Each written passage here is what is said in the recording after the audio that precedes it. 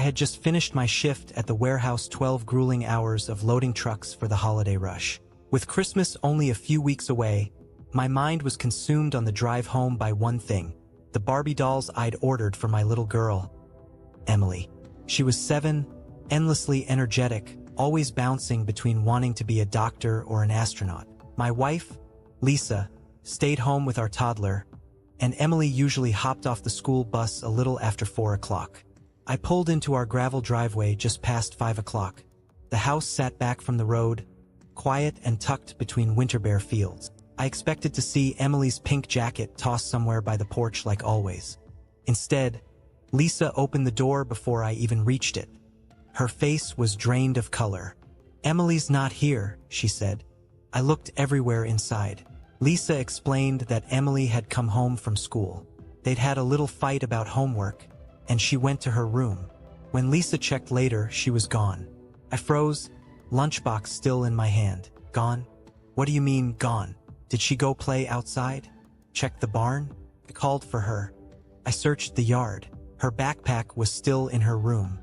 We walked the property together, the shed where she liked to hide, the old swing set, the barn that creaked whenever the wind shifted.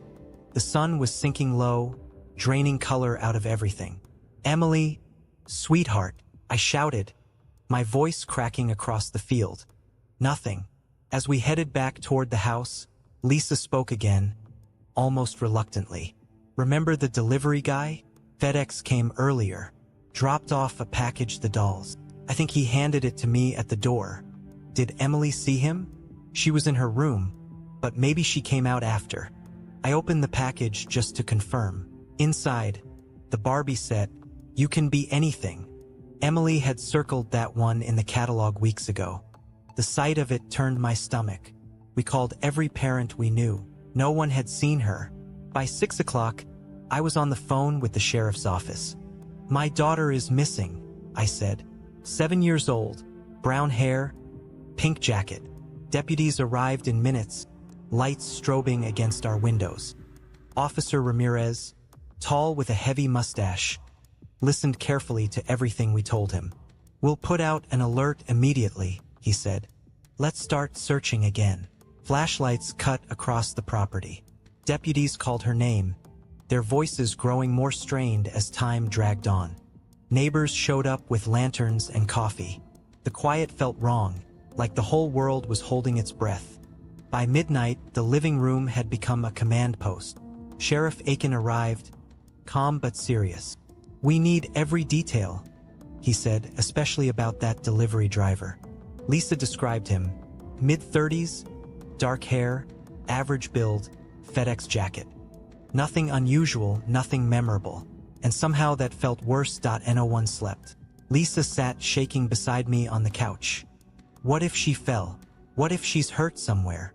"We'll find her," I told her. But doubt was starting to gnaw at me from the inside. At sunrise, investigators arrived. They questioned us separately, methodically. Then finally a lead. "We contacted FedEx," Sheriff Aiken announced, gathering us in the kitchen. "The driver on your route is Tom Harris, contract worker. We're bringing him in now." My chest tightened. The man who delivered her Christmas gift. Could he have seen her walk outside, followed her, taken her? Lisa's breath hitched. "You think he—" "We just need to talk to him," the sheriff said. Hours crawled by. Every second without Emily was another weight added to my chest. Around noon, the phone rang. "Mr. Strand, we have Harris in custody," a detective said. "He's talking." Lisa and I drove to the station in silence.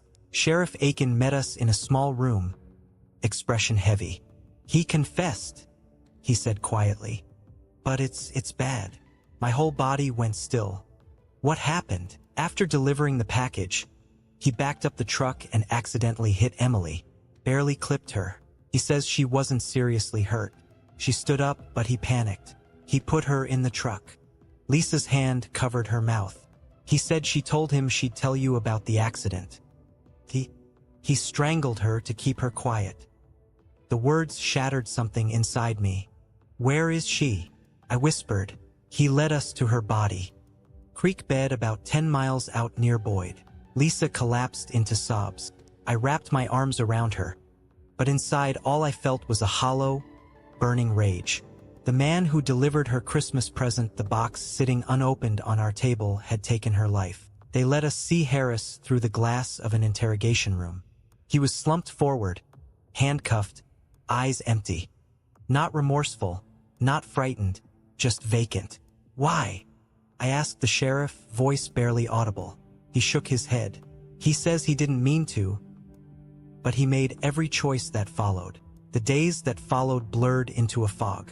Funeral arrangements, reporters, pink flowers everywhere, her favorite. The Barbie set placed beside the casket. At a press conference, Emily's mother, my ex-wife Karen, held up the Barbie box. This was supposed to be her Christmas joy, she said. Instead, a monster stole her from us. We pushed for stricter checks on contract delivery workers, but nothing, no policy, no apology, no lawsuit could bring her back. The trial dragged on for months. Evidence was overwhelming. Camera footage showed Emily stepping toward the truck, trusting him. Harris tried to break her neck first. When he failed, he used his hands. I testified, voice breaking. She hugged me that morning, told me she couldn't wait for Santa. Harris showed no emotion, not a flicker. The night before the verdict, I drove to the creek where they found her. The water murmured softly, completely indifferent. "I'm sorry, baby girl," I whispered. "Daddy loves you." When the jury convicted him, the courtroom felt silent, almost disappointed. Life or death, none of it mattered. Justice couldn't fill the hollow space left behind. Years later, I still check every lock twice. Every delivery truck makes my chest tighten because once, a man in uniform came to our door carrying a package and left carrying my daughter. Emily could have been anything. Now she is a memory I guard fiercely, a ghost in pink sneakers, reminding me that evil doesn't always knock loudly. Sometimes it smiles, hands you a box, and walks away with your world.